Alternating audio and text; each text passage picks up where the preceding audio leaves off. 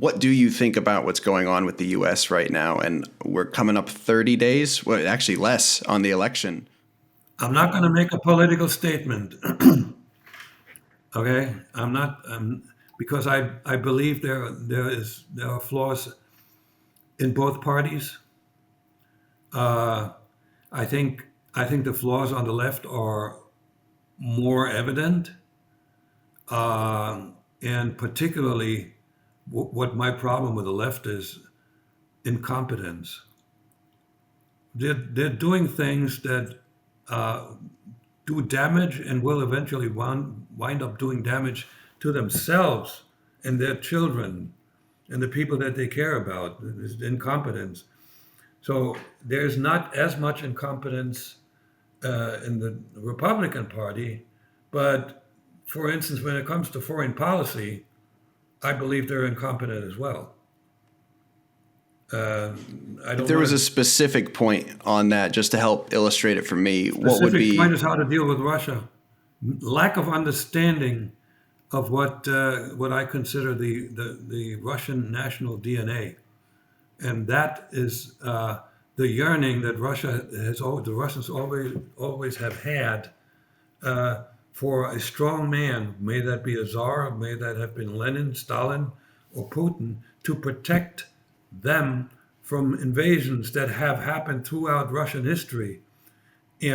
And so for us, for NATO to move closer, physically closer to the Russian borders, that gives Vladimir Putin a great instrument to stay in power, even though the economy in Russia is not doing very well. There's still a lot of poverty. There's still not too far outside of Moscow. There are villages without electricity. Yet Putin is able to stay in power. We gave him that strong argument.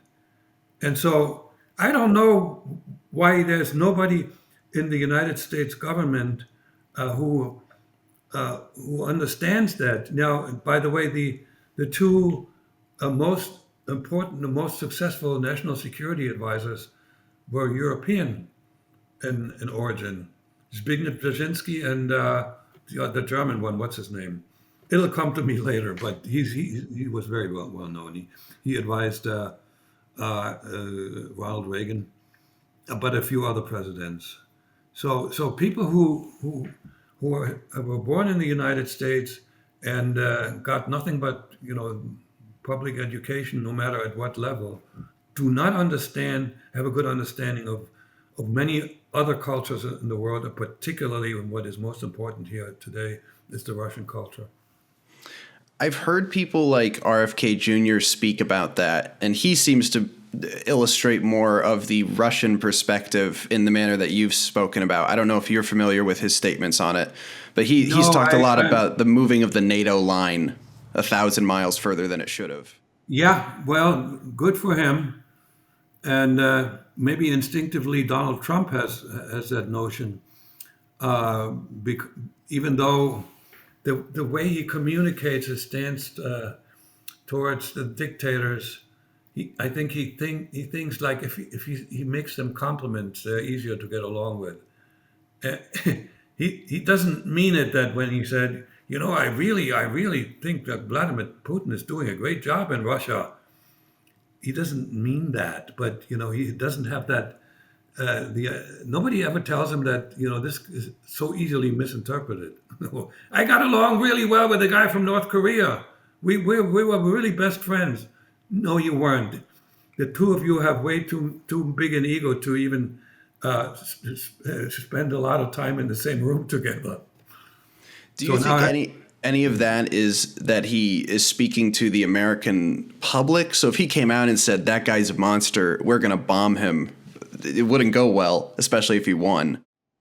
well, Like, what's the proper again, way to again, address it? this is warmongering.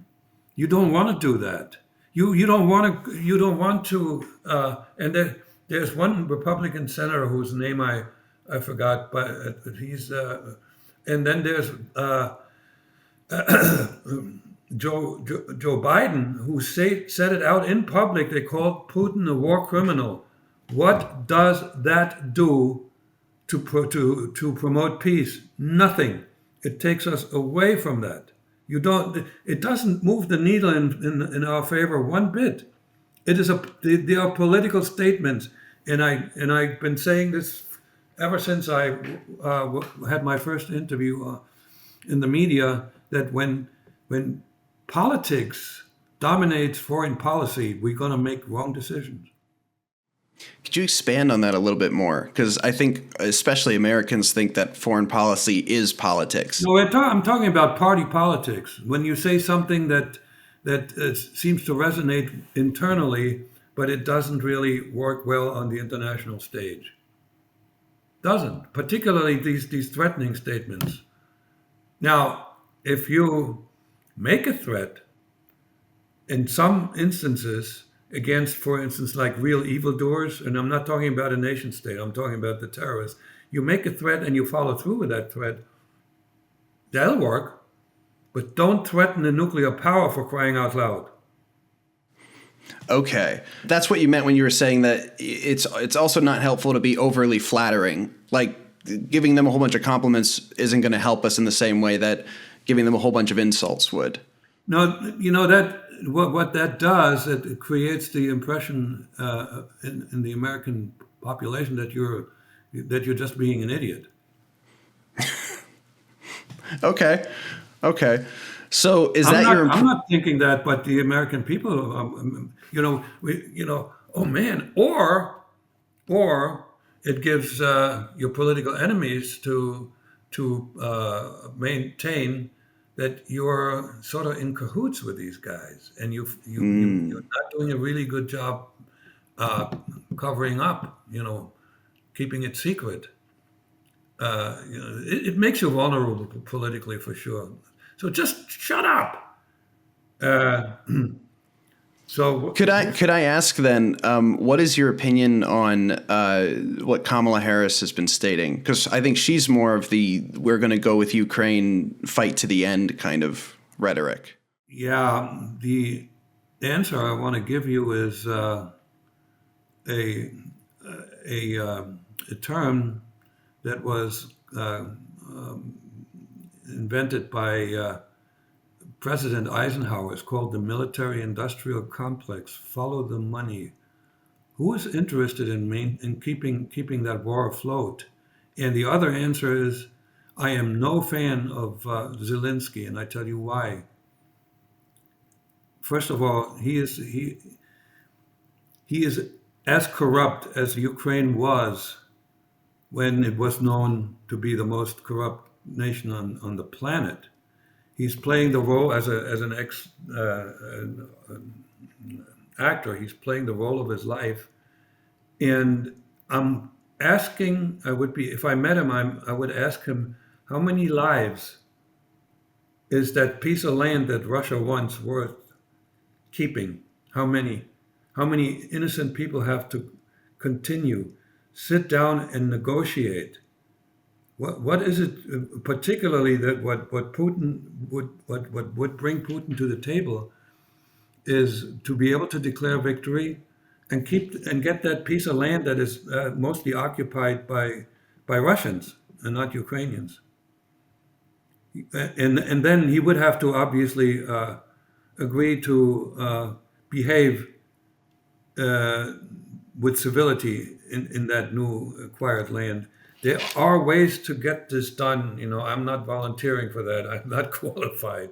But we have had negotiations during the latter part of the Cold War. Two arch enemies, Ronald Reagan and Gorbachev, managed to sit down and maintain the peace and reduce the threat of nuclear war to near zero at the time.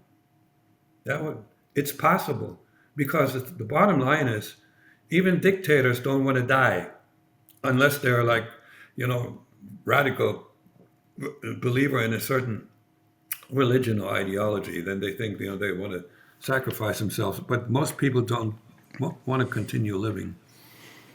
Do you get the impression that someone like Putin is ideologically driven? I believe very strongly that his drive is to create a legacy for himself.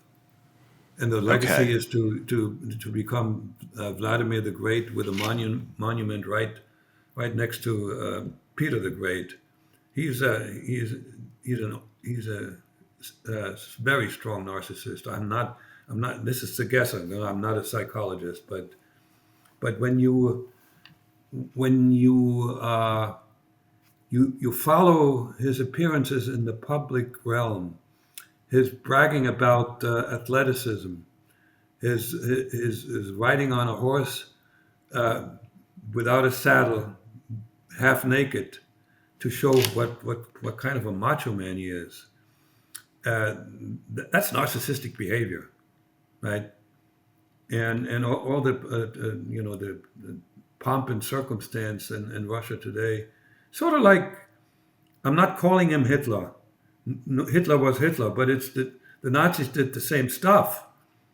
So and to become and remain a dictator, you have to be a narcissist. You have to believe in yourself. The moment you start with self doubt, you're done. Okay. So I think that obviously these foreign policy issues are maybe hard to say what the most important issue would be truly for any election, but it's somewhere between foreign policy because the possibility of World War III, nuclear war, all that, and then obviously domestic policy, since we don't have much of a country if we don't have borders, and there's debate Yeah. around that. Agree. But I'm curious, since we sort of glossed over it, I feel like I got a good idea of some ideas about what you think about Trump, but we sort of glossed over Kamala. The only thing you said was that she followed the money. Are you saying that she's just whatever she needs to be Yeah, but to be this was in the elected? context of foreign policy. So, what I think about Ms. Harris is, I don't know if she knows what she's talking about. I mean, without a teleprompter, she talks a lot of nonsense. I can't follow her logic if there is any. And she would have to surround herself with highly competent advisors to implement what she high level thinks she can do. And unfortunately, she has a history of staff leaving her in droves. So I don't know how she would function as the leader of the country. And never mind the ideology, never mind all the giveaways that she's planning that are not feasible. Once you look at the feasibility, some of them are unconstitutional. Others will ruin the country. Free this and free that and free beer. She hasn't promised free beer yet. In Germany, that would work really well. I've seen her policies on her website, and I went and I read them because I don't know where she was speaking, but I saw a clip where she said, I have 80 pages of policies. He doesn't have any. And I went and I read both people's policies. Trump's got like a top 20 list that say, I want to do this, I want to do this, I want to do this. And they seem matter of fact. Defend the border. It doesn't exactly break down exactly what they're going to do, but you kind of understand that there's a plan to follow that. You're right, though. Harris was just giving away money, and then she says she's going to lower taxes for 100 million people at the same time. Now, just recently, I think it was maybe started yesterday or the day before, she's now also focusing on giving away money to African American men, which she had ignored for a while, and they're like now going. There's a percentage of them that are siding with Trump. So there's some. I've seen some statements where she specifically talks to African American men, like more funds to deal with diseases that African American men are more prone to than the rest of the population and stuff like that, or funding startups. And there's more men likely that men start companies and so forth. You've got to read between the lines. Yeah, the giveaways are stunning. And, it started out with, student loan forgiveness, which fundamentally is taking from the people who paid off their loans and paid taxes and giving to the people who weren't successful, and you're just getting a present. That's not fair. I thought they were all about fairness. Yeah, that was annoying too. I lived in California when that happened, when they announced it, and I thought it was dumb. But then at the same time, I was like, if they're going to do it, I might as well apply. So I did. Yeah, sure. Yeah, but here's the thing. I got accepted. I have the email that says I will be forgiven, and then they just never contacted me again because they couldn't get it through or something to do with that. But then they pushed it through anyway for like a fraction of the people. And then I'm just sitting there and I'm like, okay, so now I'm doubly pissed. I didn't like the idea to begin with, and then you said I got it, the benefits of it too, and then took the benefits from me. I have to admit it. If I got free money when everybody else gets free money, you think I would say no? Now, but if I'm in the medical profession and I make really, really good money, I'm not wanting anything. I'm taking care of my family. I have a nice house. I go on a vacation abroad every year. I would say, okay, no, give it to somebody else. No, I think that's true. I think government programs that are designed to help people in need should go towards people who really are in need. And I'm not the expert on how you discern that or choose that, but lately it just seems everything they do is a loss. Yeah, and that freewheeling spending. I think the Inflation Reduction Act actually contributed to inflation. You spend money that you don't have, you print more. So this is economics 101. You learned this the first day in class. So are you worried at all? Because it's really hard to follow the news on any side because, for the last year we've been hearing that if Trump wins again, he's an existential threat to democracy. And then they say that as if the Republicans aren't saying it too. And I've heard that a lot recently. If Kamala wins, it's an existential threat.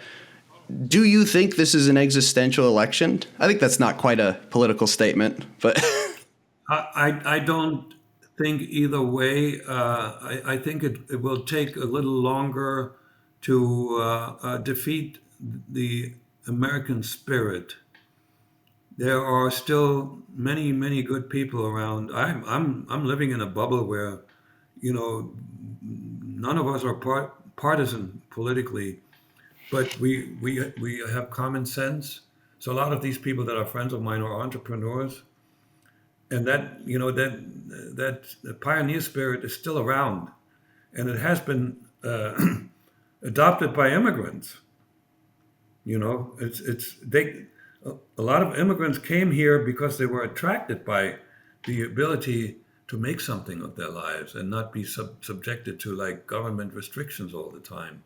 So I think there is a danger we're going to go in the wrong direction, but I don't think it's existential. okay. Well, that's good to hear. That gives me a bit of ease. Again, everything I tell you is based on my past, my experience, the experience I've had, and my observational skills. But I don't have data. Okay, so these are educated guesses. But I have a pretty good history with educated guesses since I started taking interviews on television as well as podcasts. I haven't been radically wrong yet. Now it depends upon your definition what radically wrong is. Well, I could go down a whole path on that alone, because that's another area. Let me just tell you one thing.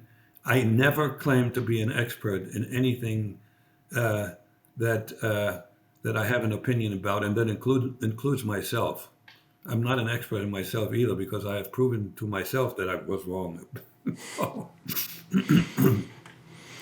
You have a lot of experience with ideology, though, since you came up having left the generation of the Nazis, came up under the vision of the communists, and then lived in America and eventually chose America.